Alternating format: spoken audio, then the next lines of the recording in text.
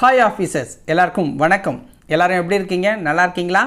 இன்றைக்கி இந்த வீடியோவில் நம்ம என்ன பார்க்க போகிறோம் அப்படின்னா, அவ்வை தமிழ் சீரீஸில் 8ஆம் வகுப்புலேருந்து இயல் 1 வந்து பார்க்க போகிறோம். இயல் 1ல் மொத்தமாக 5 லெசன் வந்து கொடுத்துருக்காங்க. தமிழ்மொழி வாழ்த்து, தமிழ்மொழி மரபு, தமிழ் வரி வடிவ வளர்ச்சி, சொற்பூங்கா, எழுத்துக்களின் பிறப்பு அப்படிங்கிற 5 லெசன் வந்து கொடுத்துருக்காங்க. மொத்தமாக 100 வினாக்கள் வந்து பார்க்க போகிறோம். வீடியோவை ஸ்கிப் பண்ணாமல் ஃபுல்லாக பாருங்கள். வீடியோ கொஞ்சம் லென்த்தாக தான் இருக்கும். ஸோ ஃபுல்லாக பார்த்துருங்க, உங்களுக்கு பயனுள்ளதாக இருக்கும்.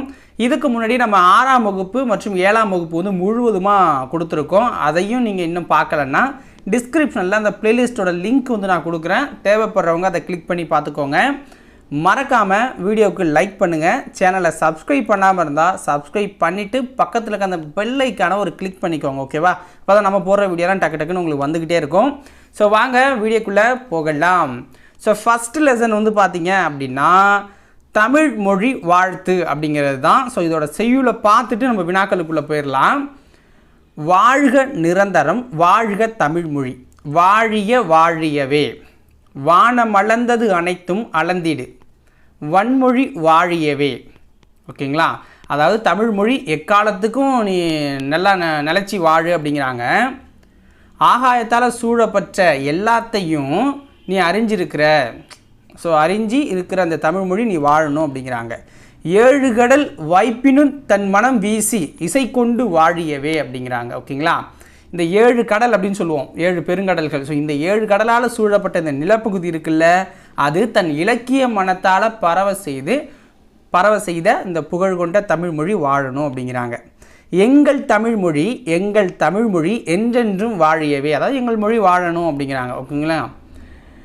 சூழ்களி நீங்க தமிழ்மொழி ஓங்க துலங்குக வையகமே. புரியுதுங்களா? என்ன சொல்கிறாங்கன்னா, இந்த சூழ்ந்துள்ள அறியாமை இருள் இருக்குல்ல, அது நீங்கணும். ஓகேங்களா? சூழ்ந்துள்ள அறியாமை இருள் நீங்கணும், உலகம் முழுவதும் தமிழ்மொழி மேன்மையுற்று சிறப்படையணுங்கிறாங்க. தொல்லை வினைதரு தொல்லை அகன்று சுடர்க தமிழ்நாடே அப்படிங்கிறாங்க. அதாவது துன்பங்கள் நீக்கி பொருந்தாத பழைய கருத்துக்கள்லாம் நம்ம வந்து இன்னமும் பேசிக்கிட்டு இருக்கோம், இன்னும் இதுக்கப்புறமும் பேசுவோம்னு நினைக்கிறேன். ஸோ அப்படி பொருந்தாத பழைய கருத்துக்களை தூக்கி தூர எரிஞ்சிட்டு துன்பங்கள் நீங்கி தமிழ்நாடு ஒளிரணும் அப்படிங்கிறாங்க. முற்போக்கான கருத்துக்கள் அப்படிங்கிற மாதிரி இருக்கணும். ஓகேங்களா? பிற்போக்குகள் இருக்கக்கூடாது. வாழ்க தமிழ்மொழி, வாழ்க தமிழ்மொழி, வாழ்க தமிழ்மொழியே, வானம் அறிந்ததனைத்தும் அறிந்து வளர்க வளர்மொழி வாழியவேங்கிறாங்க. ஸோ அதே தான் உள்ளடக்கிய எல்லா பெருமைகளையும் அறிந்து நம்ம வந்து மென்மேலும் வளரணும் அப்படிங்கிறாங்க. ஓகேவா? ஸோ இது யார் பாடியிருக்காருன்னா பாரதியார் அவர்கள் இந்த பாட்டை பாடியிருக்காரு. ஓகேங்களா? ஸோ அடுத்தது வினாக்களுக்குள்ளே போயிடலாம். இப்போ சொல்லும் பொருளும், ஃபஸ்ட்டு கொஷின் வந்து சொல்லும் பொருளும். நிரந்தரம் அப்படின்னா என்ன? நிரந்தரம் அப்படின்னா காலம் முழுமையும். நிரந்தரம் அப்படின்னா காலம் முழுமையும். இப்போ கூட ஜெயிலரில் போட்டாங்களா தலைவர் நிரந்தரம்னு, அது மாதிரி தான். ஓகேவா? வைப்பு அப்படின்னா என்ன? வைப்பு அப்படின்னா நிலப்பகுதியை குறிக்குது. வைப்பு அப்படிங்கிறது நிலப்பகுதியை குறிக்குது. ஓகேங்களா? சாரி, வைப்பு அப்படிங்கிறது நிலப்பகுதியை குறிக்குது. ஓகேங்களா? சூழ்களி அப்படின்னா என்னென்னா சூழ்ந்துள்ள அறியாமை இருள். சூழ்களி அப்படின்னா சூழ்ந்துள்ள அறியாமை இருள்.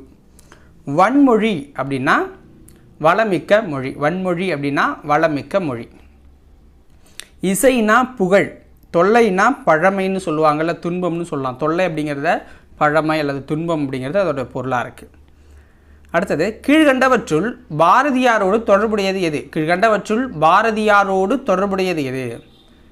ஸோ ஆன்சர் பாருங்கள். அவர் கவிஞரா, இதழாளரா, விடுதலை போராட்ட வீரரா அப்படின்னு கேட்டிருக்காங்க. ஸோ ஆன்சர் என்னென்னா, அவர் ஒரு கவிஞர், எழுத்தாளர், இதழாளர், சமூக சீர்திருத்த சிந்தனையாளர், விடுதலை போராட்ட வீரர். ஸோ அனைத்துமே அவருக்கு வந்து கொடுப்பாங்க. ஸோ பன்முகத்தன்மையற்ற கொண்டவர் அப்படின்னு சொல்லுவாங்க. பன்முக ஆற்றல் கொண்டவர். அடுத்து 3வது வினா. இந்தியா என்ற இதழை நடத்தி விடுதலை போருக்கு வித்திட்டவர் யார்? இந்தியா என்ற இதழை நடத்தி விடுதலை போருக்கு வித்திட்டவர் யார்? ஆன்சர் என்ன? பாரதியார். விஜயா என்ற இதழின் ஆசிரியர் யார்? விஜயா என்ற இதழின் ஆசிரியர் யாருன்னா பாரதியார். ஓகேங்களா? ஸோ ஏன்னா பாரதியாரை பற்றி பார்த்தோம் அப்படின்னா பாரதியார் தான் ஆன்சராக வருவார். கீழ்கண்டவற்றுள் சரியானது எது? சி. சுப்பிரமணிய பாரதியார் கவிதைகள் மட்டுமின்றி சந்திரிகையின் கதை, தராசு உள்ளிட்ட உரைநடை நூல்களையும் வசன கவிதைகளையும் சீட்டு கவிகளையும் எழுதியிருக்கிறார். சீட்டு கவி, ஓகேங்களா?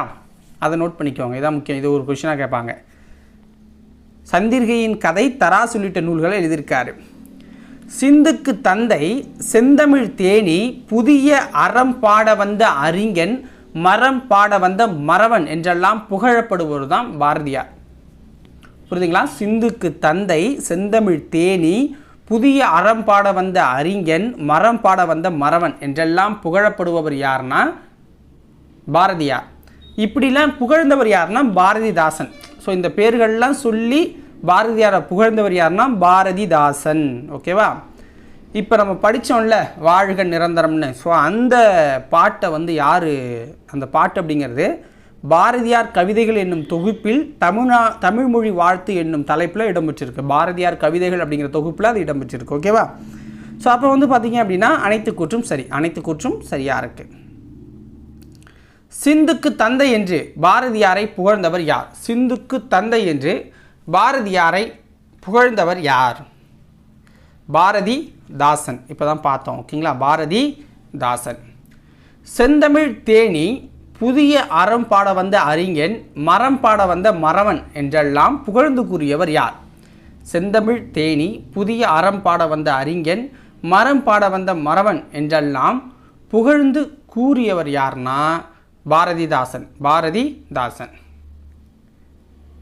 அடுத்து பாருங்க, செந்தமிழ் அந்தாதி செந்தமிழே, செங்கரும்பே, செந்தமிழ் சீர்காக்கும் நந்தா விளக்கணைய நாயகியே, முந்தை மொழிக்கெல்லாம் மூத்தவளே, மூவேந்தர் அன்பே, எழில் மகவே எந்தம் உயிர் உயிர் உயிரும் நீ, மெய்யும் நீ, ஓங்கும் அறமாம் பயிரும் நீ, இன்பம் நீ, அன்பு தருவும் நீ, வீரம் நீ, காதல் நீ, ஈசன் அடிக்கு நல் ஆரம் நீ, யாவும் நீயே. இந்த பாடலை பாடினது யாரு?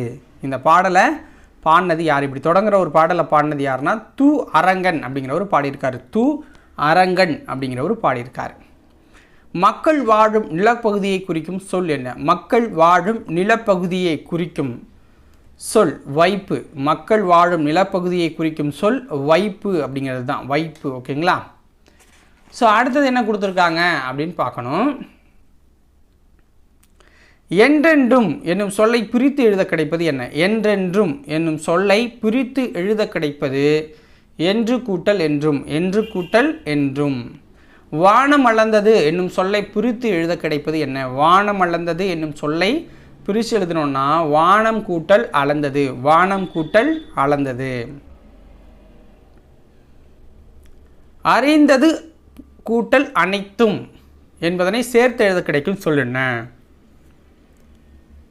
ஸோ இதில் வந்து ரெண்டு மாதிரி இருக்கும். ஒன்று பார்த்தீங்கன்னா அறிந்ததனைத்தும் அப்படிங்கிறது சரியான விடை. அறிந்ததனைத்தும், ஓகேங்களா? ஏன்னா சில பேர் அறிந்தனைத்தும் அப்படின்னு கூட சொல்லுவீங்க. ஸோ ஆனால் அறிந்ததனைத்தும் அப்படிங்கிறதான் சரி. ஏன் அப்படின்னா இங்கே என்ன கொடுத்துருக்காங்க அப்படின்னு பார்க்கணும். அறிந்து கூட்டல் அனைத்தும்னா தான் அறிந்தனைத்தும் அப்படின்னு நம்ம எழுதலாம். இங்கே அறிந்தது ப்ளஸ் அனைத்தும் அப்படின்னு வருது. அப்போ சொல்லும்போதும் அந்த வார்த்தை வந்து அந்த பொருளை கொடுக்கணும். அறிந்தது அனைத்தும் அப்படின்னா தான் ரெண்டும் பொருளாவது. அறிந்தனைத்தும் அப்படிங்கிறது அந்த பொருள் கிடையாது. ஓகேங்களா? ஸோ அதனால் ஆப்ஷன் சி தான் சரி. ஓகேங்களா? பின்னு சில பேர் சொன்னீங்கன்னா அது தவறு, மாற்றிக்கோங்க. வானம் கூட்டல் அறிந்த என்பதை சேர்த்து எழுத கிடைக்கும் சொல் என்ன? வானம் கூட்டல் அறிந்த அப்படிங்கிற செல்லை சேர்த்து எழுதணுன்னா நமக்கு கிடைக்கிறது வானம் அறிந்த, வானம் அறிந்த. ஓகேங்களா? மா அப்படின்னா அதில் வருது. தமிழ்மொழி வாழ்த்து பாடலில் இப்போ ஒரு பாட்டு பார்த்தோம்ல, அந்த பாட்டை போய் நீங்கள் அகைன் வீடியோவை ஸ்கிப் பண்ணிட்டு போய் பார்த்துக்கோங்க. இப்பாடலில் இடம்பெற்றுள்ள மோனை சொற்கள், மோனை எதுகை இயல்பு அப்படின்னு சொல்லுவோம். அதில் வந்து மோனை அப்படிங்கிறத சொற்களை எடுத்து எழுதுன்னு சொல்லியிருக்காங்க. ஓகேங்களா? எதுகைனா என்ன? ரெண்டாவது எழுத்து. இயல்புனா கடைசியாக வந்து ஒன்றா வருது. ஓகேங்களா? ஸோ அப்போ நம்ம வந்து இப்போ மோனை சொற்களை கண்டுபிடிக்கிறோன்னா வாழ்க வாழிய, வா வா ஒன்றா இருக்கா, அதான் மோனை. எங்கள் என்றென்றும், ஏ ஏ. ஒவ்வொரு லைனுக்கு அடுத்தடுத்த லைனு வன்மொழி வளர்மொழி, அகன்று அறிந்த. புரியுதுங்களா? ஸோ இதுதான் மோனை சொற்கள் அப்படின்னு சொல்லுவாங்க. அடுத்தது இரண்டாவது லெசனுக்குள்ளே நம்ம போயிடலாம். ஓகேவா?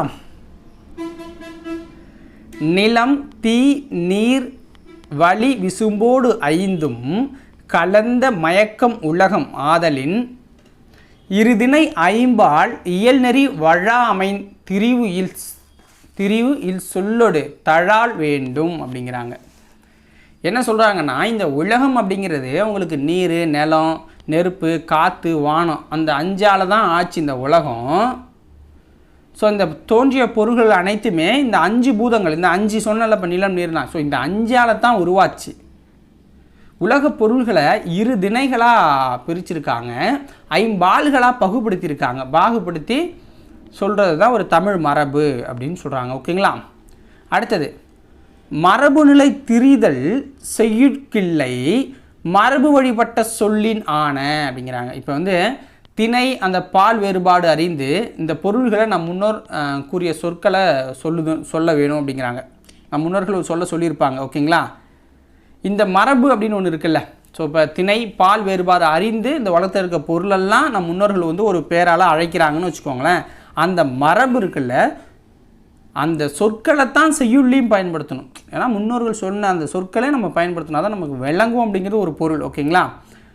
மரபுநிலை திரியின் பிரிதாகும் அப்படின்னு சொல்கிறாங்க. இதெல்லாம் தொல்காப்பியத்தில் இந்த லைனில் இருக்குது, இந்த வரியில் இருக்குது, இந்த வரியில் இருக்குது, அதை பார்த்துக்கோங்க.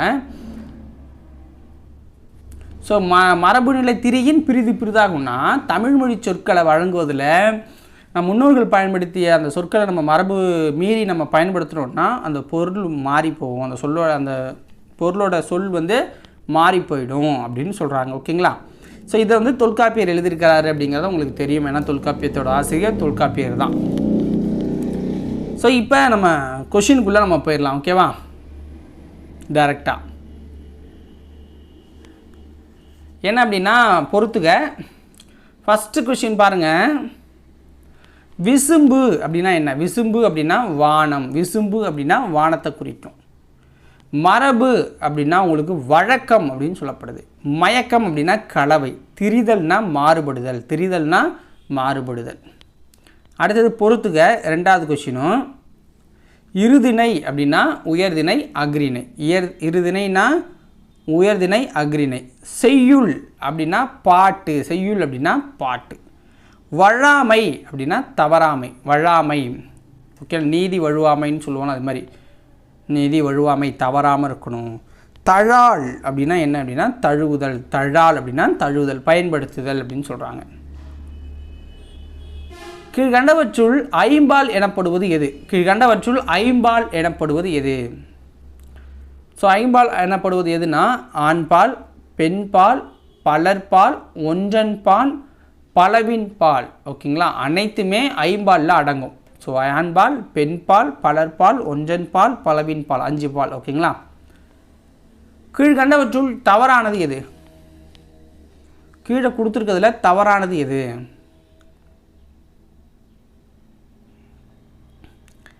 அளப்படை அப்படிங்கிறது. ஓகேங்களா. இதை அளப்படையை தான் நம்ம பார்க்குறோம். புலவர்கள் சில எழுத்துக்களை அவற்றுக்கு உரிய மாத்திரை அளவை விட நீண்டு ஒலிக்குமாறு பயன்படுத்துவதும் உண்டு. இந்த பாடலில் வழாமை அப்படின்னு வரும். ஓகேங்களா. தழால் அப்படிங்கிற 2 சொல்ல நம்ம போன கொஷினில் பார்த்துருப்போம். அந்த சொற்களில் உள்ள மா அப்படிங்கிற எழுத்தை 3 மாத்திரை அளவில் நீட்டி ஒலிக்க வேண்டுங்கிறாங்க. வழாமை. ஓகேங்களா. அதற்கு அடையாளமாகவே மாவை அடுத்து ஆ இடம்பெற்றுள்ளதுங்கிறாங்க. ஓகேங்களா. ஸோ இவ்வாறு உயிரெழுத்து நீண்டு ஒலிப்பதை ஒற்றளப்படை என்பர் அப்படிங்கிறாங்க. ஸோ அப்போ இந்த கூற்றுகளில் தவறானது எதுன்னா சி தான். ஏன்னா இப்படி நீண்டு உயிரெழுத்து அப்படின்னாலே அது உயிரிழப்படை அப்படின்னு வரும். உயிரெழுத்துனாலே அது உயிரிழப்படை அப்படின்னு வரணும். ஓகேங்களா. ஸோ அது ஒற்றளப்படைன்னு தவறாக கொடுத்துருக்காங்க. தமிழில் நமக்கு கிடைத்துள்ள மிக பழமையான இலக்கண நூல் எது? தமிழில் நமக்கு கிடைச்சிருக்கிற மிக பழமையான ஒரு இலக்கண நூல் அப்படின்னா அது தொல்காப்பியம். தொல்காப்பியத்தின் ஆசிரியர் யார்? தொல்காப்பியத்தின் ஆசிரியர் தொல்காப்பியர். கீழ்கண்ட கூற்றுகளில் எது சரியானது? தொல்காப்பியம். ஓகேங்களா. இந்த நூல் இருக்குல்ல, எழுத்து சொல் பொருள் என்று 3 அதிகாரங்களை கொண்டது. எழுத்து சொல்லு பொருள் அப்படின்னு 3 அதிகாரங்களை கொண்டிருக்கு. ஒவ்வொரு அதிகாரமும் 9 இயல்களை கொண்டிருக்கு. அப்போ மொத்தமாக 27 இயல்கள். பொருளதிகாரத்தின் மரபியலில் உள்ள 3 நூற்பாக்கள் 91, 92, 93 இங்கு தரப்பட்டிருக்கு அப்படிங்கிறாங்க. ஓகேங்களா? இங்கே மேலே பார்த்த அந்த 3மே இந்த பொருளதிகாரத்தில் இருக்குது. ஓகேவா? ஸோ அப்போ அனைத்து கூற்றும் சரி, அனைத்து கூற்றும் சரி. அடுத்தது பொறுத்துக ஒளி மரபுகள். ஓகேங்களா? புலி அது கத்துறதை என்ன சொல்லுவோம், சிங்கம் கத்துறதை என்ன சொல்லுவோம், யானை கத்துறதை என்ன சொல்லுவோம், பசு கத்துறதை என்ன சொல்லுவோம், நம்ம பொதுவாக கத்துறது அப்படின்னு சொல்லுவோம். ஸோ அதை வந்து ஒவ்வொன்றுக்கும் ஒரு ஒரு ஒளி மரபில் நம்ம முன்னோர்கள் சொல்லியிருக்காங்க. அதில் புலி அப்படிங்கிறது உருமும், புலி அப்படிங்கிறது உருமும். ஓகேங்களா? சிங்கம் அப்படின்னா முழங்கும், சிங்கம் வந்து முழங்கும். யானை வந்து பார்த்திங்க அப்படின்னா பிளிரும், யானை பிளிரும்.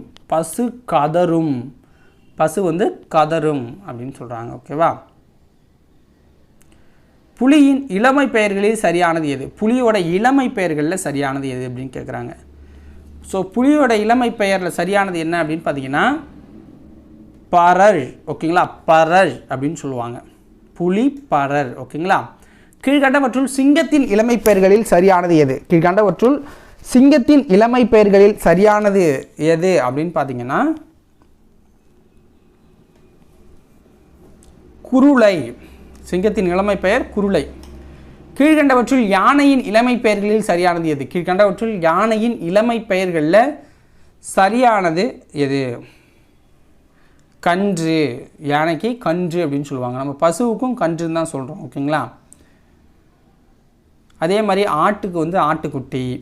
ஓகேவா? ஸோ ஆடு வந்து கத்தும், அதோட ஒளிமரபு கத்தும் அப்படின்னு சொல்லுவோம். பசு கதரும். காகம் என்ன பண்ணும், கரையும். ஓகேங்களா? காகம் கரையும். அடுத்தது பறவைகள் டேஷ் பறந்து செல்கின்றன, பறவைகள் டேஷ் பறந்து செல்கின்றன, விசும்பில் பறந்து செல்லுது. விசும்புனா என்ன, வானம். இயற்கையை போற்றுதல் தமிழர் டேஷ் அப்படிங்கிறாங்க, இயற்கையை போற்றுதல் தமிழருடைய மரபு. இருதிணை என்னும் சொல்லை பிரித்து எழுத கிடைப்பது என்ன, இருதிணை என்னும் சொல்லை பிரித்து எழுத கிடைப்பது 2 கூட்டல் திணை, 2 கூட்டல் திணை. ஐம்பால் என்னும் சொல்லை பிரித்து எழுத கிடைப்பது என்ன, ஐம்பால் என்னும் சொல்லை பிரித்து எழுத கிடைப்பது 5 கூட்டல் பால், 5 கூட்டல் பால். வாழ்வுக்குரிய ஒழுங்குமுறை என்ன, வாழ்வுக்குரிய ஒழுங்குமுறை அப்படின்னா ஒழுக்கம், வாழ்வுக்குரிய ஒழுங்குமுறை வந்து ஒழுக்கம். மொழிக்குரிய ஒழுங்குமுறை அப்படின்னா மரபு. ஓகேங்களா? மொழிக்குரிய ஒழுங்குமுறை அப்படின்னா அது மரபு சொல்லுவாங்க. ஸோ அடுத்தது 3வது லெசனுக்கு நம்ம இப்போ ஜம்ப் அடிக்கிறோம். தமிழ் வரி வடிவ வளர்ச்சி அப்படிங்கிறது தான். ஓகேங்களா? ஸோ ஸ்டாண்டர்ட்ஸ் வந்து மாற மாற கொஷின்ஸ் அதிகமாக வந்துக்கிட்டே இருக்கும், பார்த்துக்கோங்க. ஃபஸ்ட்டு கீழ்கண்ட கூற்றுகளில் எது சரியானது, கூற்று 1 பாருங்கள். மனிதன் பாறைகளிலும் குவை சுவர்களிலும் தன் எண்ணங்களை குறியீடுகளாக பொறித்து வைத்தான். இதுவே எழுத்து வடிவத்தின் தொடக்க நிலை. எதுக்காக வடிக்கிறான், அவனால் பேச முடியாது. அங்கே ஒரு நிகழ்ச்சிக்கு போகிறான், ஒரு வேட்டையாடுறதுக்கு போகிறான் அப்படின்னா அங்கே வேட்டைக்கு வர முடியாத ஊனமுற்றவர்கள் இருப்பாங்க, குழந்தைகள் இருப்பாங்க, அவங்களுக்கு வந்து அவன் விளக்கணும். ஏன்னா அவங்ககிட்ட இப்போ சவுண்டு இல்லை. ஸோ அப்போ வந்து என்ன பண்ணுவான்னா அவனுடைய வேட்டையாடுதல் திறனை பற்றி படமாக வரைஞ்சி அவங்கள்ட்ட காட்டுவான். ஓகேங்களா? அந்த குகை சுவர்களில். இன்னொன்று பின்னாடி வரவங்க பார்த்து தெரிஞ்சுக்கிட்டும் பெருமையை அப்படின்னு கூட அவன் நினச்சிருக்கலாம் அப்படிங்கிறாங்க. ஓகேவா? கூற்று 2 பாருங்கள். தொடக்க காலத்தில் எழுத்து என்பது ஒளியையோ வடிவத்தையோ குறிக்காமல் பொருளின் ஓவிய வடிவமாகவே இருந்துச்சு. ஓகேங்களா? இவ்வரி வடிவத்தை ஓவிய எழுத்து அப்படின்னு சொல்கிறாங்க. ஒளியும் கிடையாது, வடிவத்தையோ குறிக்காமல் பொருளின் ஓவிய வடிவமே வந்திருக்கு. எல்லாத்தையுமே ஓவியமாக தான் வரைஞ்சான். அந்த ஓவியம் தான் பிற்காலத்தில் எழுத்தாக மாறுது, கொஞ்சம் கொஞ்சமாக மருவி வரைய தெரியாதவனால மாறுதுன்னு வச்சுக்கோங்க. அடுத்ததாக ஒவ்வொரு வடிவமும் அவ்வடிவத்திற்குரிய முழு ஒளியாகிய சொல்லை குறிப்பதாக மாறுது. அதன் பின் ஒவ்வொரு வடிவமும் அச்சொல்லின் ஓசையை குறிப்பதாயிற்று. இவ்வாறு ஒரு ஒளிக்கு ஒரு எழுத்து என உருவான நிலையை ஒளி எழுத்து என்பர். ஸோ எப்படின்னா இப்போ அவன் வரைகிறான் அப்படின்னா நாளைக்கு இன்னொருத்தன் வரையும் போது என்னாச்சு அப்படின்னா கரெக்டாக இப்போ பன்னிக்குட்டி அவன் வரைகிறான்னா அந்த பன்னிக்குட்டிக்கு ஏற்ற மாதிரி தான் அந்த சிம்பிளை திருப்பி அதே மாதிரி தான் அவன் வரையணும், இல்லைன்னா தப்புன்னு சொல்லிடுவாங்க. புரியுதுங்களா? அவங்க ஏற்றுக்க மாட்டாங்க. அப்போ என்ன ஆகுதுன்னா காலப்போக்கில் பன்னிக்குட்டினா இந்த சிம்பிள், ஆடுன்னா அந்த சிம்பிள், கோழின்னா அந்த சிம்பிள், முயல்னா அந்த சிம்பிள், அங்கே மலையை பார்த்தோம்னா ஒரு இந்த சிம்பிள் அப்படிங்கிறப்ப அது சிம்பிள்லாம் ஒரு காலத்தில் எழுத்தாக மாறுது. மலைனா இந்த சிம்பிள்னால் இது இந்த மாதிரி தான் எழுதணும் அப்படிங்கிற மாதிரி மாறுறப்ப தான் நமக்கு எழுத்தே உருவாகுது. அப்படி உருவாகிற எழுத்தை தான் ஒளி எழுத்து அப்படிங்கிறாங்க. ஓகேவா? ஸோ அப்போ வந்து அனைத்தும் சரிதான். டேஷ் தோன்றிய பிறகு தமிழ் எழுத்துக்கள் இப்போதுள்ள நிலையான வடிவத்தை பெற்றுள்ளன. டேஷ் தோன்றிய பிறகு தமிழ் எழுத்துக்கள் இப்போதுள்ள நிலையான வடிவத்தை பெற்றிருக்கு அப்படின்னா அச்சுக்கலை தோன்றிய பிறகு தமிழ் எழுத்துக்கள் இப்போதுள்ள நிலையான வடிவத்தை பெற்றிருக்காங்க. இதுக்கப்புறம் மாறுறதுக்கு வாய்ப்பே கிடையாது. நம்மலாம் இப்போ டிஜிட்டலைசர் ஆகிட்டோம். ஓகேங்களா? ஸோ அடுத்தது, கீழ்கண்டவற்றுள் கல்வெட்டுக்களில் உள்ள எழுத்துக்களின் அமைப்புகளில் சரியானது எதுன்னு கேட்குறாங்க. கல்வெட்டுக்களில் எழுத்துக்கள் இருக்கும் இன்னமும். ஸோ அதில் வந்து பார்த்திங்கன்னா ச அப்படிங்கிற இந்த வடமொழி எழுத்து காணப்படுதுங்கிறாங்க. மெய்யை குறிக்க புள்ளி பயன்படுத்தப்படலை. மெய்யை குறிக்கணும். மெய் எழுத்துனா புள்ளி இருக்கும். அந்த மெய் எழுத்துக்கு புள்ளி அங்கே கல்வெட்டில் வைக்கல. எகர ஓகர குறில் நெடி வேறுபாடு இல்லை அப்படிங்கிறாங்க. எகர ஓகர குறில் நெடுபாடுலாம் கிடையாது. எழுத்துனா எழுத்து தான். ஓனா ஓ தான். வாய்ச்சுடுறது சுழிச்சுடுறதெல்லாம் இல்லாமல் தான் இருந்திருக்கு. ஏன்னா அப்போ அது டேமேஜ் ஆகிடுங்கிறதுக்காக. அப்போ அனைத்தும் சரிதான். இந்த வேறுபாட்டில் தான் கல்வெட்டுக்கள் அந்த காலத்தில் இருந்திருக்கு. கீழ்கண்டவற்றில் சரியானது எது? தமிழ் எழுத்துக்களின் பழைய வரி வடிவங்களை கோவில்களில் உள்ள கருங்கல் சுவர்களிலும் செப்பேடுகளிலும் காண முடியுது. ஓகேங்களா? கல்வெட்டுக்கள் கிமு 3ஆம் நூற்றாண்டு முதல் கிடைக்கிது. செப்பேடுகள் கிமு 7ஆம் நூற்றாண்டு முதல் நமக்கு கிடைக்குதுங்கிறாங்க. ஓகேங்களா? கல்வெட்டுகள் செப்பேடுகள் ஆகியவற்றில் காணப்படும் வரி வடிவங்களை வட்டெழுத்து தமிழ் எழுத்து என இரு வகையாக பிரிக்கலாம் அப்படிங்கிறாங்க. ஸோ அப்போ எல்லாம் சரிதான். அடுத்தது, டேஷ் என்பது வளைந்த கோடுகளால் அமைந்த மிக பழமையான தமிழ் எழுத்து. டேஷ் என்பது வளைந்த கோடுகளால் அமைந்த மிக பழைய தமிழ் எழுத்து அப்படின்னா அது வட்டெழுத்து. டேஷ் என்பது இக்காலத்தில் எழுதப்படும் தமிழ் எழுத்துக்களின் பழைய வரி வடிவம் அப்படின்னா தமிழ் எழுத்து என்பது இக்காலத்தில் எழுதப்படும் தமிழ் எழுத்துக்களின் பழைய வரி வடிவம். கீழ்கண்ட கூற்றுகளில் எது சரியானது? சேர மண்டலம், பாண்டிய மண்டலம் ஆகிய பகுதிகளில் 8ஆம் நூற்றாண்டு முதல் 11ஆம் நூற்றாண்டு வரை கிடைக்கும் சாசனங்களில் வட்டெழுத்துக்களே இடம்பெற்றுள்ளன. முதலாம் ராசராச சோழனின் ஆட்சி காலமான 11ஆம் நூற்றாண்டுக்கு பிறகு கிடைக்கும் கல்வெட்டுக்களில் பழைய தமிழ் எழுத்துக்கள் காணப்படுது. கடைச்சங்க காலத்தில் தமிழகத்தில் எழுதப்பட்ட எழுத்துக்கள் கண்ணெழுத்துக்கள் என்று அழைக்கப்படுது. கடைச்சங்க காலத்தில் தமிழகத்தில் எழுதப்பட்ட எழுத்துக்கள் கண்ணெழுத்துக்கள் அப்படின்னு சொல்லப்படுது. ரொம்ப ரொம்ப முக்கியம், நோட் பண்ணிக்கோங்க. ஓகே, அப்போ அனைத்து கூற்றும் சரியாக தான் இருக்குது.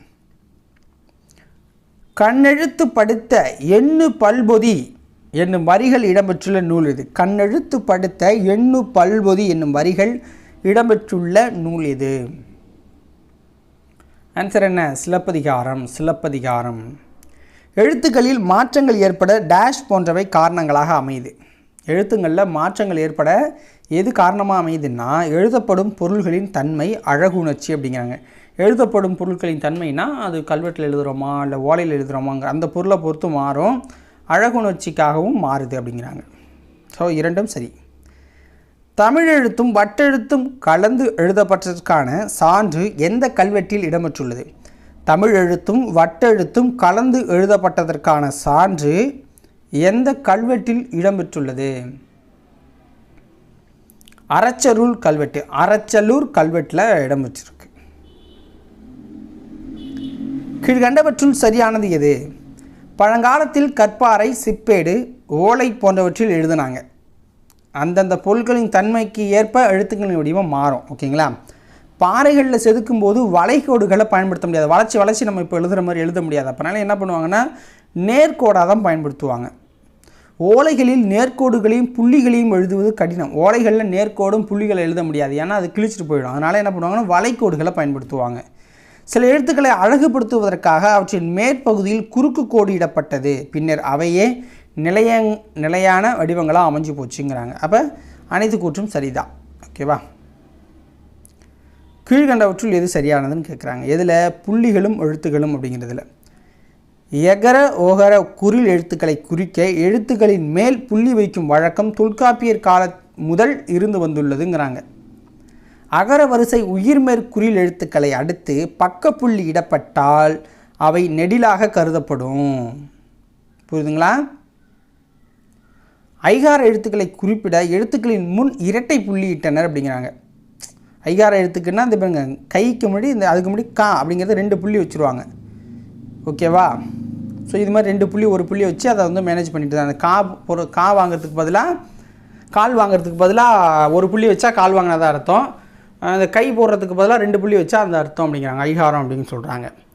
எகர வரிசை உயிர்மை குறில் எழுத்துக்களை அடுத்து 2 புள்ளிகள் இடப்பட்டால் அவை ஔகார வரிசை எழுத்துக்களாக கருதப்படும். 2 புள்ளி வச்சா அது ஔகார எழுத்துக்கள்ங்கிறாங்க. புரியுங்களா?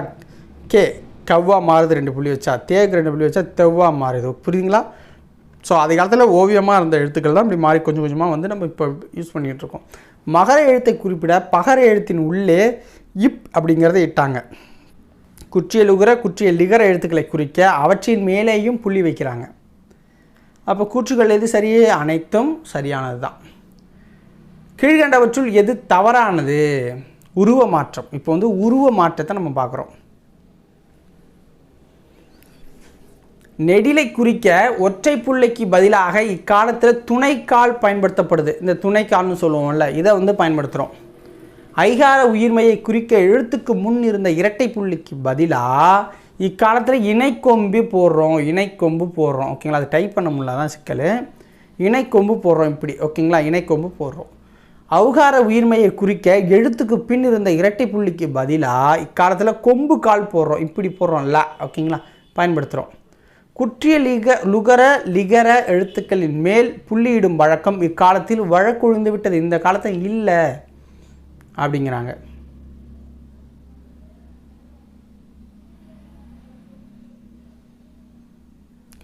ஓகேங்களா? ஸோ இதுக்கு சரியான ஆன்சர் என்ன அப்படிங்கிறத நம்ம பார்க்கணும். ஓகே, ஸோ இதுக்கு சரியான ஆன்சர் என்ன அப்படிங்கிறத நீங்கள் சொல்லுங்கள்.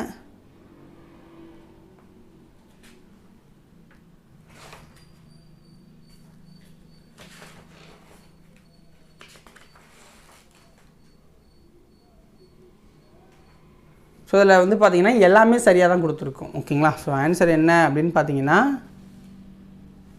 ஸோ எல்லாமே சரி தான். குற்றிய லுகர எழுத்துக்களின் மேல் புள்ளியிடும் வழக்கம் இக்காலத்தில் வழக்கொழிந்து விட்டது. ஓகேங்களா? ஸோ தவறானதுன்னு கேட்டது தான் தவறானது, சரியானதுன்னு கேட்டிருக்கணும். அனைத்தும் சரி. ஏன்னா இந்த இடத்துல வழக்கில் உள்ளதுன்னு நான் கொடுத்துருக்கணும். பட் அது வழக்கொழிந்து விட்டதுன்னு ஆக்சுவலாகவே கொடுத்துவிட்டோம். ஓகேங்களா? அவ்வளோதான். அப்போ எல்லாமே சரி தான். இந்த கொஷினை மட்டும்தான் மாற்றணும். நான் அதை புக்காக போடும்போது மாற்றிக்கிறேன். ஓகேவா? நீங்கள் புரிஞ்சுக்கோங்க வீடியோ பார்க்குறவங்க. கீழ்கண்டவற்றுள் சரியானது எது? எழுத்து சீர்திருத்தத்தின் தேவை ஓலைச்சுவடிகளிலும் கல்வெட்டுகளிலும் புள்ளி பெறும் எழுத்துக்களை எழுதும்போது அவை சிதைந்துவிடும் என்பதால் புள்ளி இடாமல் எழுதுகிறாங்க. ஓலை சுவடிகளில் நிறுத்தக்குறிகளும் பத்தி பிரித்தலும் கிடையாது. ஓலைச்சுவடிகளில் புள்ளி இடப்பட்டு எழுதப்படும் இடங்களில் புள்ளிகள் தெளிவாக தெரியாத நிலையில் அவற்றின் இடம் நோக்கி மெய்யா உயிர் மெய்யா குறிலா நெடிலா என உணர வேண்டிய நிலை இருந்தது. இதனால் படிப்பவர்கள் பெரிதும் இடருற்றனர். ஸோ இதனால தான் நமக்கு என்ன தேவைப்பட்டுச்சு? எழுத்து சீர்திருத்தம் தேவைப்பட்டுச்சுங்கிறாங்க. அப்போ அனைத்தும் சரி. தமிழ் எழுத்துக்களில் மிக பெரும் சீர்திருத்தம் செய்தவர் யார்? தமிழ் எழுத்துக்களில் மிக பெரும் சீர்திருத்தம் செஞ்சவர் வீரமாமுனிவர். இவர் தான் இந்த மெய்ய எழுத்துக்கு புள்ளி வைக்கிறது, ஏவுக்கு புள்ளி வைக்கிறது, ஏக்கு பதிலாக ஏலாம் கொண்டு வந்தது இவர் தான். ஓகேங்களா? ஸோ அப்போ மிக பெரும் சீர்திருத்தம் அப்படின்னா ஃபஸ்ட்டு பண்ணவர் வீரமாமுனிவர். கீழ்கண்டவற்றுள் வீரமாமுனிவர் செய்த எழுத்து சீர்திருத்தங்களில் சரியானது எதுன்னு கேட்குறாங்க. ஓகேங்களா? ஸோ இதெல்லாம் அந்த சிம்பிளெல்லாம் போட முடியல, அதனால தான் இந்த இமேஜை நான் டைரெக்டாகவே உங்களுக்கு வந்து கொடுத்துட்டேன். எகர ஓகர வரிசை எழுத்துக்களில் புள்ளிகளாக ஏற்படும் குழப்பங்களை அவர் களைகிறார். ஓ என்னும் எழுத்திற்கு சுழியிட்டு ஓ என்னும் எழுத்தாகவும் அவர் உருவாக்குறார். அதே போல் ஏகார ஓகார வரிசை உயிர்மை நெடில் எழுத்துக்களை குறிக்க இரட்டை கொம்புனா இப்படி வரணும். அதை நான் சிம்பிள் போட முடியலங்கிறதால போட்டிருக்கேன். இரட்டை கொம்புடன் கால் சேர்த்து, ஓகேங்களா, இப்படி வச்சு இப்படி போடுவோம்ல, கால் சேர்த்து புதிய வரி வடிவத்தை அவர் அறிமுகப்படுத்தினார். ஓகேங்களா? அது கீழே இருக்குது, பார்த்துக்கோங்க. இப்போ ஏக்கு டாட் வச்சுருக்காங்களா, அதை டாட் வைக்காமல் இருக்கார். அதே ஏவை திருப்பி எழுதுவோம், அதுக்கு கால் கீழே வச்சுருக்காரு. ஓக்கு டாட் இருக்கிறத ஓ போடல, ஓ அப்படிங்கிறதுக்கு அந்த கீழே சுழிச்சிருக்காரு. கேவுக்கு வந்து இக்கு காவுக்கு மேலே புள்ளி வச்சா வைப்பாங்க, அதை கேன்னு மாற்றிருக்காரு. அடுத்த கே வரதை பார்த்திங்கன்னா கே அப்படின்னு மாற்றுறாரு கொம்பு வச்சு. அதே மாதிரி தான். ஸோ இதுதான் அவருடைய சீர்திருத்தம். வீடியோ பாஸ் பண்ணிட்டு பார்த்துக்கோங்க. ஓகேங்களா? அடுத்தது பெரியார் பண்ண எழுத்து சீர்திருத்தம். ஸோ இதை வந்து கவர்மெண்ட்லேயும் சில இதை ஏற்றுக்கிட்டாங்க. ஓகேங்களா? ஸோ இப்போ அண்ணா அப்படின்னு எழுதுகிறோன்னா பழசில் எப்படி இருக்கும்? இது இப்படி இருக்கும். நாம் வந்து அப்படி சுழித்து உள்ளே விடணும். இப்போ அதை அண்ணான்னு நம்ம கால் வாங்கி எழுதுகிறோம். அணை அப்படிங்கிறதுக்கு முன்னாடி பக்கம் சுழிச்சு விடணும். அதை இப்போ அணைன்னு எழுதுகிறோம். மண்ணொடு, ஸோ கண்ணொடு, ஸோ அந்த நாவுக்கு வந்து உள்ளே சுழிச்சு விட்ற மாதிரி இருக்கும். ரூக்கு எல்லாத்துக்குமே மேக்ஸிமம் உள்ளே சுழிச்சு விட்றது, லாவுக்கு முன்னாடி ஒரு இது போடுறது லா அப்படின்னா. ஸோ அது மாதிரி சில எழுத்துக்களை இவர் சரி பண்ணுறாரு. ஓகேங்களா, பெரியார் அவர்கள். ஸோ இதுதான் அவருடைய சீர்திருத்தம். இதையும் வீடியோவை பாஸ் பண்ணிவிட்டு ஒன்ஸ் பார்த்துச்சுக்கோங்க. ஓகேங்களா. ஸோ அடுத்தது 17வது வினா. தமிழ் எழுத்துக்கள் இப்போதுள்ள நிலையான வடிவத்தை பெற டேஷ் காரணமாக அமைந்தது. தமிழ் எழுத்துக்கள் இப்போதுள்ள நிலையான வடிவத்தை பெற அச்சுக்கலை காரணமாக இருந்துச்சு. வளைந்த கோடுகளால் அமைந்த மிக பழைய தமிழ் எழுத்து டேஷ் என்று அழைக்கப்படுது. வளைந்த கோடுகளால் அமைந்த மிக பழைய தமிழ் எழுத்து வட்டெழுத்து அப்படின்னு சொல்லப்படுது. வட்டெழுத்து. தமிழ் எழுத்து சீர்திருத்த பணியில் ஈடுபட்டவர் யார்? தமிழ் எழுத்து சீர்திருத்த பணியில் ஈடுபட்டவர் யார்? பெரியார். கடைச்சங்க காலத்தில் எழுதப்பட்ட தமிழ் எழுத்துக்கள் எவ்வாறு அழைக்கப்பட்டுச்சு? கடைச்சங்க காலத்தில் எழுதப்பட்ட தமிழ் எழுத்துக்கள் கண் எழுத்துக்கள் அப்படின்னு சொல்லப்படுது. கண் எழுத்துக்கள் முன்னாடி வீடியோவிலேயே நம்ம பார்த்துருக்கேன். ஓகேங்களா. கண் எழுத்துக்கள். எழுத்துக்களில் புள்ளிகளால் ஏற்படும் குழப்பங்களை கலைந்தவர் யார்? எழுத்துக்களில் புள்ளிகளால் ஏற்படுற குழப்பங்களை வந்தவர் வீரமாமுனிவர். வீரமாமுனிவர். ஓகேங்களா. ஸோ அடுத்தது சொற்பூங்கா அப்படிங்கிற லெசன். இது வந்து ஒரு கதை பகுதி தான், இருந்தாலும் இதுலேயும் கொஷின்ஸ் இருக்குது. ஓகே. கீழ்கண்டவற்றுள் சரியானது எது? கல்லின் தேய்மானம் போல சொல்லுக்கும் தேய்மானம் இருக்குங்கிறாங்க. நம்ம பேசுகிற சொல்லுக்கும் தேய்மானம் இருக்குது. கல் தோன்றிய காலம், உயிரோட்ட இயக்கம் இவற்றை போல சொல் தோன்றிய காலம், இயக்கம் ஆகியவற்றால் சொல்லும் தேய்தல் இயற்கை. சொல்லும் தேஞ்சி போகும் நம்ம பேசிங்கிறாங்க. தமிழில் சொல் என்பதற்கு நெல் என்பது ஒரு பொருள். தமிழில் சொல் என்பதற்கு நெல் என்பது ஒரு பொருள். சொன்றி சோறு என்பவை அவ்வழியில் வந்தவைங்கிறாங்க. சொன்றி சோறு அப்படிங்கிறது அந்த வழியில் வந்தது தாங்கிறாங்க. அப்போ அனைத்தும் சரிதான். நெல்லில் பதர் உண்டு, ஆனால் சொல்லில் பதர் இருக்காது. எல்லா சொல்லும் பொருள் குறித்தனவே என்பது யாருடைய கூற்று? நெல்லில் பதர் உண்டு, ஆனால் சொல்லில் பதர் இருக்காது. எல்லா சொல்லும் பொருள் குறித்தனவே அப்படிங்கிறது தொல்காப்பியருடைய கூற்று. ஒரு எழுத்து மொழி எவையெனின் நெட்டெழுத்து 7 ஓரெழுத்து ஒரு மொழி என்பவர் யார்? ஓரெழுத்து மொழி எவையெனில் நெட்டெழுத்து 7 ஓரெழுத்து ஒரு மொழி என்பவர் யார்னா அவர் தான் தொல்காப்பியர். அதிகமாக அவர் தொல்காப்பியர் தான் சொல்லியிருக்கார். தொல்காப்பியர். குற்றெழுத்து ஒன்று தனித்து நின்று சொல்லாவது இல்லை என்பதை குற்றெழுத்தும் 5 மொழி நிறைவு இலவே என கூறியவர் யார்? தொல்காப்பியர். கீழ்கண்ட கூற்றுகளில் சரியானது எது? உயிர் வரிசையில் 6 எழுத்துக்களும் மகர வரிசையில் 6 எழுத்துக்களும் ஓரெழுத்து ஒரு மொழி சொல்கிறோம். ஓகேங்களா. த ப ந என்னும் வரிசைகளில் 5 எழுத்துக்களும், க ச வ என்னும் வரிசையில் 4 எழுத்துக்களும், ய வரிசையில் ஒன்றுமாக 40 நெடில்களும் ஓரெழுத்து ஒரு மொழியாக வரும் என்று நன்னூலார் சொல்கிறாரு. ஓகேங்களா. நோ தூ என்னும் குறில்களையும் சேர்த்து 42 ஓரெழுத்து ஒரு மொழி இருக்குன்னு நன்னூல் எழுதுனா பவனந்தி முனிவர் சொல்கிறாரு.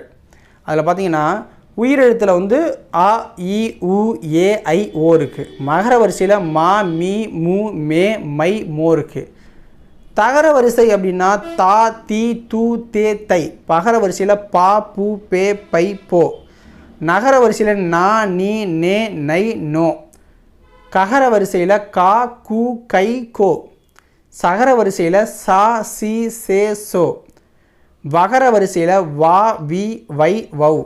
யகர வரிசையில் யா குறில் எழுத்து. ஸோ யா இருக்கும், குறில் எழுத்தா நோ தூ இருக்குது. ஓகேங்களா.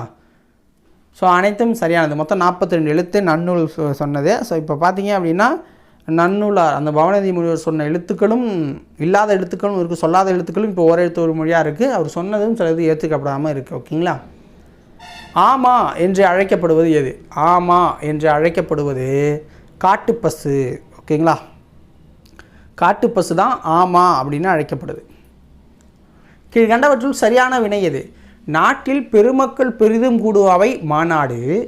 பல குறுநிலங்கள் உள்ளடக்கிய பெருநிலம் மாநிலம். உலக பெரும்பரப்பையும் இயக்கத்தையும் சுட்ட நம்ம மாஞாலம் அப்படின்னு சொல்கிறோம். அப்போ இதில் அனைத்து இணையும் சரியானது தான். கீழ்கண்டவற்றில் சரியானது எது? மாநிறம் என மாந்தளிர் நிறத்தை ஒப்புமை காட்டி உரைப்பது பெருவழக்கு. மா என்பது விலங்கை குறிக்கும். அரிமா, பரிமா, நரிமா, வரிமா, கரிமா என்றெல்லாம் வந்து விலங்கின பெயராகி அது நிற்கிது. ஈ என்னும் பொது பெயர் ஓயாது ஒலி செய்யும் ஒலிக்குறிப்பை காட்டி நிற்கிது. மாட்டு ஈ, தேனீ என பகுத்து வழக்கும் வழக்கமும் நம்மக்கிட்ட இருக்குது. இல்லை பல்ல ஈன்னு காட்டாதன்னு சொல்கிற வழக்கமும் இருக்குது. அனைத்தும் சரி. ஏய் என்னும் சொல்லின் பொருள் என்ன? ஏய் அப்படிங்கிற சொல்லோட பொருள் என்ன அப்படின்னா, என்னோட கூடு பொருந்து சேர். என்னோட கூடு பொருந்து சேர் அப்படிங்கிறது தான் அதோடைய பொருள். அப்போ அனைத்தும் சரி. ஏய் அப்படின்னு சொல்லிட்டு மண்டைய புலந்த கதையெல்லாம் நம்ம ஊரில் நடந்திருக்கு. ஓகேங்களா? என்ன எப்படி ஏய் அப்படின்னு சொல்லலான்னு. எய்ப்பன்றி என அழைக்கப்பட்ட விலங்கு எது? எய்ப்பன்றி என அழைக்கப்பட்ட விலங்கு எது அப்படின்னா முள்ளம்பன்றி. அதாவது கூர்மையான அந்த கொம்பை உடையது தான் முள்ளம்பன்றி. ஸோ அதை வந்து எய்ப்பன்றி அப்படின்னு சொல்லுவாங்க. ஏன்னா வில்லுலேருந்து போகிற மாதிரி அம்பு மாதிரி அது கூராக இருக்கிறதால அப்படி சொல்லுவாங்க. கீழ்கண்டவற்றுள் சரியானது எது? அம்பு விரைந்து செல்வது போல சென்று உரிய கடமை புரிபவன் ஏவலன் எனப்பட்டான். அம்பு விரைந்து போகிறது போல போய் தன்னோட கடமையை செய்கிறவன் ஏவலன். அம்பு விடும் கலையை ஏகலை அப்படின்னு சொன்னாங்க தமிழில். அம்பு விடும் கலையை ஏகலை என்றது தமிழ். அதில் வல்லவனை ஏகலைவன் என்று பாராட்டியது. ஓகேங்களா? அம்பை எய்பவர் எய்னர், அவரது மகளிர் எய்னியர். அம்பை எய்கிற ஆள் எய்னியர், அவரது மகளிர் அப்படிங்கிறவங்க எய்னியர்னு சொல்லுவாங்க. சங்க புலவர்களுள் எய்னாரும் உலர் எய்னியாரும் உலர் அப்படிங்கிறாங்க. மொழிபற்றுள்ள ஒருவனே மொழியை வளர்ப்பான், அதன் இனத்தை பண்பாட்டை காப்பான் என்பது இளங்குமரனாரின் வாக்கியம்ங்கிறாங்க. அப்போ அனைத்து கூற்றும் சரிதான். செந்தமிழ் அந்தணர் என்று அழைக்கப்படுபவர் யார்? செந்தமிழ் அந்தணர் என்று அழைக்கப்படுபவர் யார் அப்படின்னா ரா இளங்குமரனார். ரா இளங்குமரனார். கீழ்கண்டவற்றுள் சரியானது எது? ரா இளங்குமரனார் பற்றி. பள்ளி ஆசிரியராக பணியாற்றியவர். நூலாசிரியர், இதழாசிரியர், உரையாசிரியர், தொகுப்பாசிரியர் என பன்முக திறன் பெற்றவர். இலக்கண வரலாறு, தமிழிசை இயக்கம் என பல நூல்களை எழுதியிருக்கிறார். இலக்கண வரலாறு, தமிழிசை இயக்கம் அப்படிங்கிற நூல்களை. தேவநேயம் என்னும் நூலை தொகுத்துள்ளார். தேவநேயம் என்னும் நூலை இவர் தொகுத்திருக்காரு. பாவனார் நூலகம் அமைத்துள்ளார். இவரது தமிழின் தனி பெருஞ்சிறப்புகள் என்னும் நூலிலிருந்து இருந்த செய்திகளை நம்ம இப்போ பார்த்தோம். ஓகேங்களா? அப்போ அனைத்தும் சரியானது தான். தனித்தமிழ் இயக்கம் என்ற நூலின் ஆசிரியர் யார்? தனித்தமிழ் இயக்கம் என்ற நூலின் ஆசிரியர் யார்? ஆன்சரு ரா இளங்குமரனார். ரா இளங்குமரனார். டேஷ் அருகில் அல்லூரில் திருவள்ளுவர் தவச்சாலையை ரா இளங்குமரனார் அமைத்துள்ளார். திருச்சிக்கு அருகில் அல்லூர் அப்படிங்கிற இடத்துல திருவள்ளுவர் தவச்சாலையை ரா இளங்குமரனார் அமைச்சிருக்கிறார். அடுத்தது 5வது லெசன், எழுத்துக்களின் பிறப்பு. இதுதான் கொஞ்சம் அதிகமான கொஷின். 32 கொஷின் கிட்ட நான் கேட்டிருக்கேன். ஸோ வீடியோவை ஃபுல்லாக பாருங்கள். ஓகே? ஃபஸ்ட்டு கொஷின், கீழ்கண்டவற்றுள் சரியானது எது? வாயை திறந்து ஒலித்தாலே ஆ என்னும் எழுத்து ஒலிக்குது. வாயை திறந்தாலே ஆ அப்படின்னு வந்துடுது. ஊ என்னும் எழுத்தை ஒலிக்கும் போது இதழ்கள் குவிகின்றது. ஊ அப்படின்னா இதழ்கள் குவியுது. நாக்கின் முதற்பகுதி மேல் அன்னத்தில் ஒட்டும் போது கா என்னும் எழுத்து பிறக்குது. பா என்னும் எழுத்து இதழ்கள் இரண்டும் ஒட்டுவதால் பிறக்குது. பா அப்படின்னா. ஸோ அப்போ இதில் வந்து சரியாக தான் சொல்லியிருக்காங்க. அப்போ அனைத்தும் சரி. கீழ்கண்டவற்றுள் எழுத்து பிறப்புகளின் வகைகளில் சரியானது எது? கீழ்கண்டவற்றுள் எழுத்து பிறப்புகளில் வகைகளில் சரியானதுன்னா இடப்பிறப்பு, முயற்சி பிறப்பு. அப்போ இரண்டும் சரிதான். உயிரெழுத்துக்கள் 12 டேஷ் இடமாக கொண்டு பிறக்கிறது. உயிரெழுத்துக்கள் 12 கழுத்தை இடமாக கொண்டு பிறக்குது. கழுத்தை இடமாக கொண்டு பிறக்குது. வல்லின மெய் எழுத்துக்கள் 6 டேஷ் இடமாக கொண்டு பிறக்குது. வல்லின எழுத்துக்கள் 6 மார்பை இடமாக கொண்டு பிறக்குது. மெல்லின மெய்யெழுத்துக்கள் 6 டேஷ் இடமாக கொண்டு பிறக்குது. மெல்லின மெய்யெழுத்துக்கள் 6 மூக்கை இடமாக கொண்டு பிறக்குது. மூக்கை இடமாக கொண்டு. இடையின எழுத்துக்கள் 6 கழுத்தை இடமாக கொண்டு பிறக்குது. கழுத்தை இடமாக கொண்டு பிறக்குது. ஆயுத எழுத்து டேஷ் இடம் கொண்டு பிறக்கிறது. ஆயுத எழுத்து தலையை இடமாக கொண்டு பிறக்குது. ஆயுத எழுத்து கீழ்கண்டவற்றில் சரியானது எது? உயிரெழுத்துக்கள் முயற்சி பிறப்பு. ஓகேங்களா? அ ஆ ஆகிய இரண்டும் வாய் திறத்தலாகிய முயற்சியால் பிறக்குது. வாயை திறக்கிறதால் தானே அது பிறக்குது. அப்போ முயற்சி பிறப்பில் வந்துடுது. இ இ ஏ ஏ ஐ ஆகிய ஐந்தும் வாய் திறக்கும் முயற்சியுடன் நாக்கின் அடி ஓரமானது மேல்வாய்ப்பல்லை பொருந்தும் முயற்சியால் பிறக்குதுங்கிறாங்க. உ உ ஓ ஓ ஔ ஆகிய ஐந்தும் வாய் திறக்கும் முயற்சியுடன் இதழ்களை குவிப்பதால் பிறக்குதுங்கிறாங்க. அப்போ அனைத்தும் சரிதான். டேஷ் ஆகிய இரு மெய்களும் நாவின் முதற்பகுதி அன்னத்தின் அடிப்பகுதியை பொருந்துவதால் பிறக்குதுங்கிறாங்க. ஸோ இதுக்கு ஆன்சர் என்ன அப்படின்னு பார்த்தீங்கன்னா, இக்கு இன் அப்படிங்கிற இந்த இரு மெய்களும் நாவின் முதற்பகுதி அன்னத்தின் அடிப்பகுதியை பொருந்துவதால் பிறக்குதுங்கிறாங்க. ஓகேவா? அடுத்தது, டேஷ் ஆகிய இரு மெய்களும் நாவின் இடைப்பகுதி நடு அன்னத்தின் இடைப்பகுதியை பொருந்துவதால் பிறக்குது.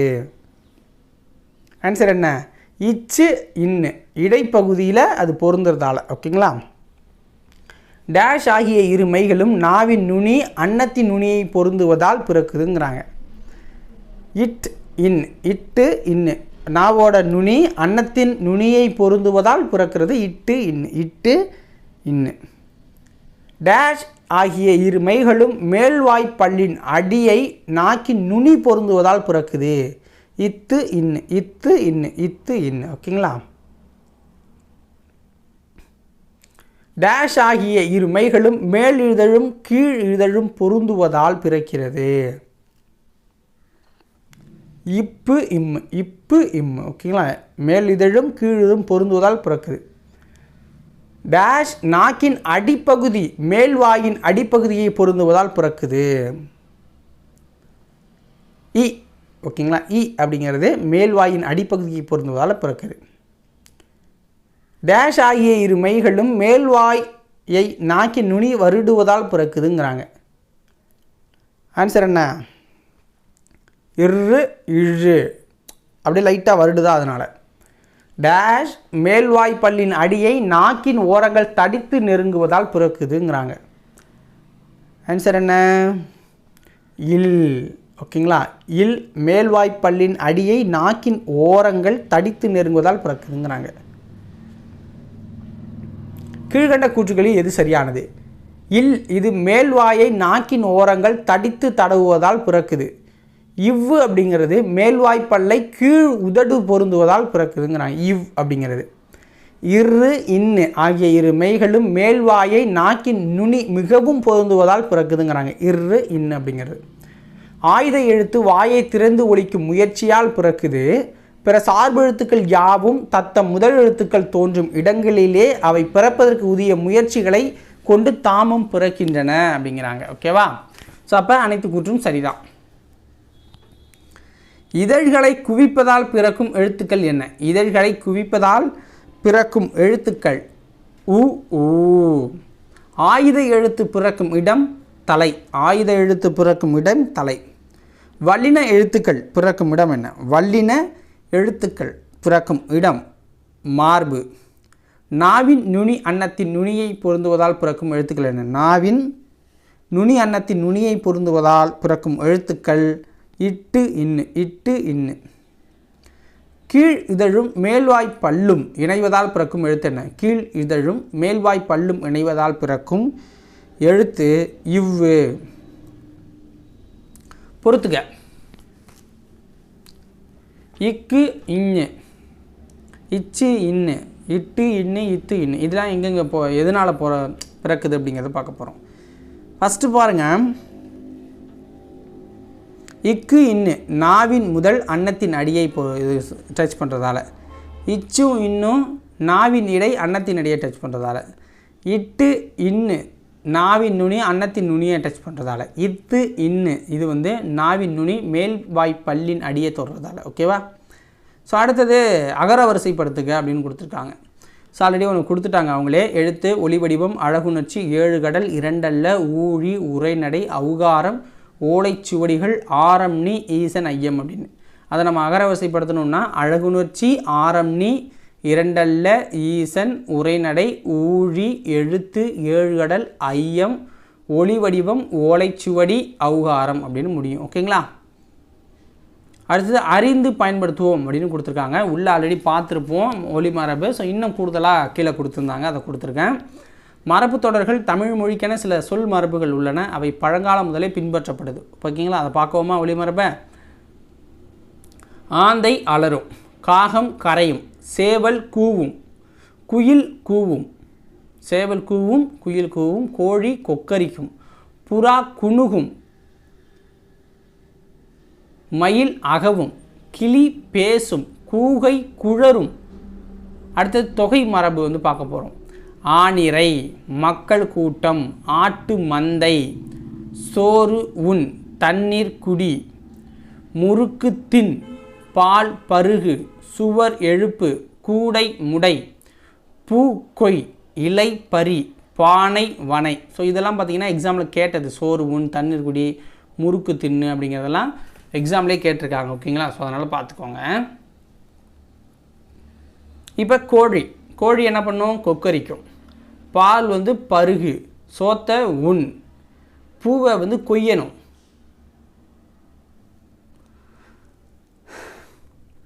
அடுத்தது ஆ அப்படின்னா நிறை, ஆநிறை. ஓகேங்களா? அடுத்தது பொறுத்துக.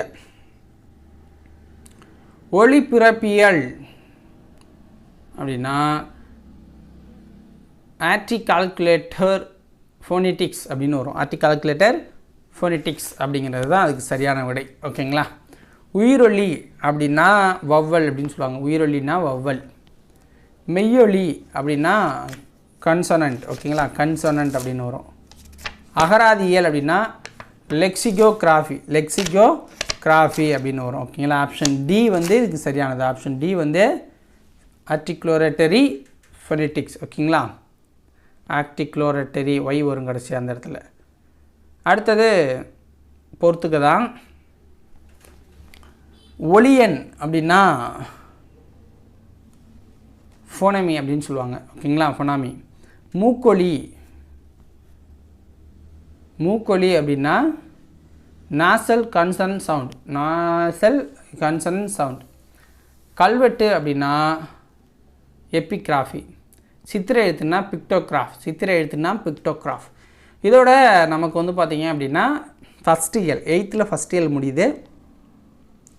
நாளைக்கு 2வது இயல் வந்து பார்க்கலாம். தொடர்ந்து நமக்கு சப்போர்ட் கொடுத்துட்டு அனைத்து நண்பர்களுக்குமே நன்றி. ஸோ மறக்காமல் எல்லாருமே வீடியோக்கு லைக் பண்ணுங்கள், ஷேர் பண்ணுங்கள், சப்ஸ்கிரைப் பண்ண மறந்துடாதீங்க. தொடர்ந்து உங்களுக்காக வீடியோ பதிவு கொடுத்துக்கிட்டே இருப்போம். எல்லா சப்ஜெக்ட்லையும் ஸ்டார்ட் பண்ண போகிறோம். ஸோ அதுக்கு எங்களுக்கு மேன் பவர் இல்லை. ஸோ உங்களுக்கு இன்ட்ரெஸ்ட் இருந்தால் நீங்களும் வரலாம்.